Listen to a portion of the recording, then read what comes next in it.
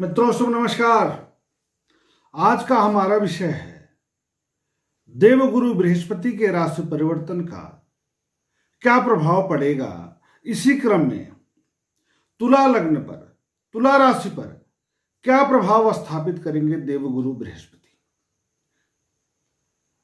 देवगुरु बृहस्पति का परिवर्तन ग्रही दृष्टि से एक महत्वपूर्ण परिवर्तन माना जाता है।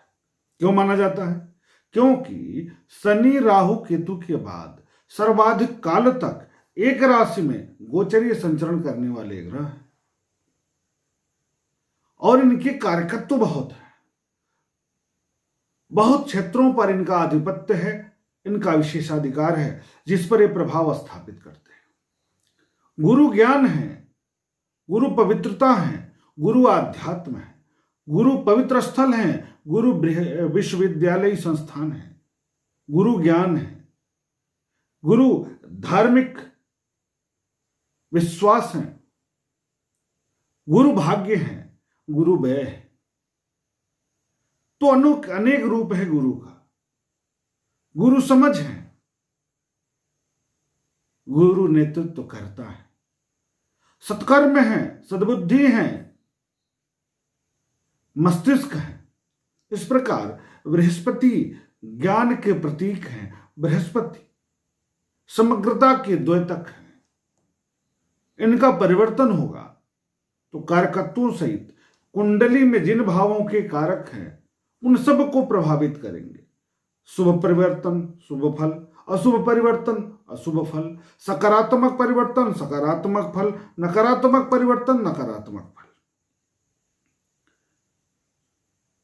बृहस्पति अर्थात गुरुदेव सौम्य ग्रह है, धनु और मीन लग्नों के स्वामी ग्रह है। जहां ये कर्क राशि में अपनी उच्चता को प्राप्त करते हैं, उच्च स्थिति के होते हैं, वहीं मकर राशि में ये नीचत्व को प्राप्त करते हैं, नीच स्थिति में होते हैं। जहां कर्क राशि चंद्रमा की राशि है, वहीं मकर राशि शनिदेव की राशि है। 19 नवंबर 2020 दिन गुरुवार को दिन में 10:40 के बाद ये प्रवेश करेंगे शनिदेव न्यायाधीश की राशि मकर में। यह नीच स्थिति है और वहां रहेंगे ये 5 अप्रैल 2021 तक। इस प्रकार यहां तक ये प्रभाव अपना स्थापित करेंगे, चराचर जगत को प्रभावित करेंगे, संपूर्ण विश्व को प्रभावित करेंगे, समाज को प्रभावित करेंगे, सामाजिक व्यवस्थाओं को प्रभावित करेंगे। अब यहां हम देखिए दो बात तो स्पष्ट करते हैं। पहले लग्न को देखिए, दूसरा सूर्य राशि को देखिए, फिर चंद्र राशि को देखिए, फिर नाम राशि को देखिए। अगर किसी राष्ट्र का नाम र से है तो उसके लिए भी यदि उसके बनने का, उसके स्वतंत्र होने का समय क्लियर नहीं है तो राशि के अनुसार इनके फल को समझ सकते हैं और आप सब उस पर अपना मत व्यक्त कर सकते हैं, उसको समझ सकते हैं। तो यहां तुला लग्न पर क्या परिवर्तन करेंगे? तुला लग्न वालों के लिए ये होते हैं पराक्रम के कारक और रोग ऋण शत्रु के कारक होते हैं, सम्मान के कारक होते हैं, सामाजिक क्षेत्र के कारक होते हैं, क्योंकि तृतीय होकर बैठे हैं। पराक्रम बुद्धि बल बाहुबल के कारक हो जाते हैं और तृतीयेश रोगेश नीच का होकर के चतुर्थ भाव में जाएंगे, सुख भाव में विद्यमान होंगे। सुख भाव का मतलब माता के भाव में जाएंगे। नीच के गुरु बृहस्पति स्वगृही शनिदेव के साथ गोचरी संचरण करेंगे। एक तरफ जहां नीच भंग योग का भी निर्माण हो रहा है, वहीं दूसरी तरफ राहु और शनि से देवगुरु पीड़ित भी होंगे। गुरु प्राणवायु भी हैं, इसलिए प्राणवायु संकट में पड़ सकता है, तनाव हो सकता है। तुला लग्न वालों को इस बीच में विशेष रूप से सतर्क रहना है कोरोना से, क्योंकि रोगेश भी हैं बृहस्पति और शनि के साथ पीड़ित हो रहे हैं, राहु से दृष्ट हो रहे हैं। राहु इन्फेक्शन का कारक है, शनिदेव से पीड़ित होने के कारण प्राणवायु संकट में आ सकते हैं, सीने की तकलीफ हो सकती है, कफ खांसी सर्दी एलर्जी की समस्या हो सकती है। इसका ध्यान रखिएगा। चतुर्थ भाव में रहेंगे जहां एक तरफ गृह, घर और वाहन से संबंधित खुशियां प्रदान करेंगे शनिदेव के कारण, वहीं देव गुरु बृहस्पति इसमें अवरोध भी पैदा करेंगे, यानी वाहन लड़ा दें, वाहन पर खर्च करा दें, माता का स्वास्थ्य खराब कर दें। इस तरह की स्थितियां भी उत्पन्न करते रहेंगे समय समय पर। भाई बंधुओं को लेकर तनाव का वातावरण उत्पन्न होता रहेगा। घबराहट हो सकती है, सीने की तकलीफ हो सकती है, कफ खांसी सर्दी एलर्जी की समस्या हो सकती है, ब्लड प्रेशर की दिक्कत हो सकती है, घर में परिवर्तन हो सकता है, घर से दूरी हो सकती है। इस तरह की स्थितियां उत्पन्न होंगी। अब ये रही बात कि संयुक्त रूप से चतुर्थ भाव पर क्या प्रभाव डालेंगे। दृष्टियों की भी बात करेंगे तो शनिदेव और देवगुरु बृहस्पति की जो एक साथ दृष्टि है वह सप्तमस्थ होकर रहेगी, यानी सीधे कर्क राशि पर होगी। तो अपने घर के अतिरिक्त शनिदेव की दृष्टि अच्छी नहीं मानी जाती है। वहीं देवगुरु की दृष्टि उच्च की होगी तो सम्मान में वृद्धि होना, परिश्रम में वृद्धि होना, सामाजिक प्रतिष्ठा में वृद्धि हो जाना, नए कार्यों की तरफ आपको जाना, सामाजिक दायरे में वृद्धि होना, पदोन्नति होना, पिता का सहयोग प्राप्त होना, कर्मफल में वृद्धि हो जाना, इस तरह की स्थितियां भी उत्पन्न होती हैं। परंतु शनिदेव की दृष्टि के कारण इन सभी क्षेत्रों में तनाव का वातावरण होगा।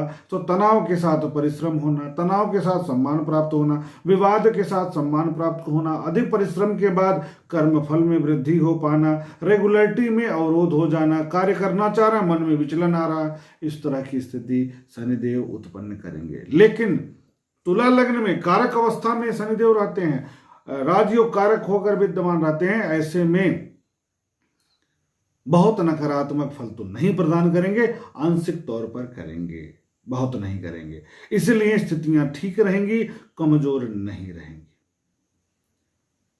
यहां देखिए 13 महीने एक राशि में गोचरी संचरण करते हैं। यहां हम बात करेंगे केवल 5 अप्रैल तक, क्योंकि 5 अप्रैल के बाद ये धनु मकर राशि कुंभ राशि में प्रवेश कर जाएंगे, तो अब स्थितियां अलग हो जाएंगी। फिर वक्री होंगे, फिर वक्री होकर के मकर राशि में आएंगे, तब फिर देखा जाएगा। लेकिन यहाँ जो कैलकुलेशन है वो 5 अप्रैल 2021 तक की ही बात हो रही है। तो क्या क्या होगा, पराक्रम में अचानक कमी हो जाना, भाई बंधुओं को चोट लग जाना, चपेट लग जाना और कष्ट हो जाना, सीने की तकलीफ आपको बता ही चुका हूँ, कफ खांसी सर्दी एलर्जी घबराहट की स्थिति, गृह और वाहन सुख में खर्च या तनाव का वातावरण होना, भाई को कष्ट होना, माता के स्वास्थ्य के प्रति आपको चिंतित होना है, धार्मिक यात्राओं पर खर्च या बड़ी यात्राओं पर खर्च की स्थिति भी बन सकती है, पिता का सहयोग प्राप्त होगा। अब एक चीज और ध्यान रखा जाए, इनकी दृष्टियां कैसी हैं। ये तो हो गई दृष्टि इनकी दशम भाव पर। अब एक दृष्टि और पड़ेगी, वह पड़ेगी अष्टम भाव पर। जब अष्टम भाव पर दृष्टि पड़ेगी तो पेट की समस्या, पेशाब संबंधी समस्या, inner infection, urine related problem, पथरी की समस्या, लीवर की समस्या, हाइड्रोसिल की दिक्कत, हाइपर गैस्ट्रिक की स्थिति उत्पन्न हो सकती है, खुजली आदि की समस्या, साइलेंसर से पैर में चोट लग जाए, जल जाना, इस तरह की स्थितियां एक आध बार जरूर आएंगी, इसका ध्यान रखना आपको। पेट के आंतरिक क्षेत्र में तनाव, महिलाओं को हार्मोनल डिसबैलेंस, इनर प्रॉब्लम दे सकते हैं देवगुरु। अब एक दृष्टि पड़ेगी व्यय भाव पर पड़ेगी, तो व्यय में वृद्धि, यात्रा में वृद्धि, धार्मिक कार्यों पर वृद्धि, दूर की यात्राएं, आंखों में खुजली, आंखों में कष्ट। चूंकि नैसर्गिक रूप से भी खर्च के कारक हैं और उस भाव पर दृष्टि पड़ रही है, इसलिए खर्च होगा। लेकिन चूंकि देवगुरु हैं तो ऐसे में शुभ कार्यों पर खर्चा होगा, विवाह आदि पर खर्च हो जाए, गृह और वाहन सुख में खर्च हो जाए, नई गाड़ी खरीद लें, नया घर ले लें, इस तरह की चीजों पर आपके खर्चे कराएंगे। और आप उपाय क्या करेंगे, तो उपाय बहुत कठिन नहीं है, बहुत सिंपल है, बहुत सरल है। करेंगे क्या कि आप ब्राह्मणों का, गेरुआ वस्त्रधारी लोगों का, साधु संतों का सम्मान करेंगे। और क्या करेंगे, आप पीला वस्त्र नहीं धारण करें। प्रयास करिए साल में 1 से 2 बार सत्यनारायण व्रत कथा का श्रवण भी कर लीजिए, इससे आपको बहुत लाभ की प्राप्ति होगी, बहुत अच्छी स्थिति की प्राप्ति होगी। इस प्रकार तुला लग्न वालों के लिए देवगुरु बृहस्पति पराक्रम में अवरोध पैदा करेंगे, भाई बंधुओं को लेकर थोड़ा कष्ट देंगे, रोग में थोड़ी सी वृद्धि करने वाले होंगे, परंतु सामाजिक क्षेत्र से, कर्म क्षेत्र से कुछ अच्छी खबर देंगे। स्वास्थ्य पर ध्यान देते रहिए, बाकी क्षेत्रों में कुछ न कुछ नया कराएंगे। उपाय करिए यही जो हम बताए हैं आप, बाकी ठीक रहेगा, जीवन में उन्नति हो, इसी शुभकामना के साथ पुनः मिलते हैं हम वृश्चिक लग्न को लेकर। वृश्चिक लग्न के लिए कैसा रहेगा देवगुरु बृहस्पति का यह परिवर्तन। तो शुभ नमस्कार।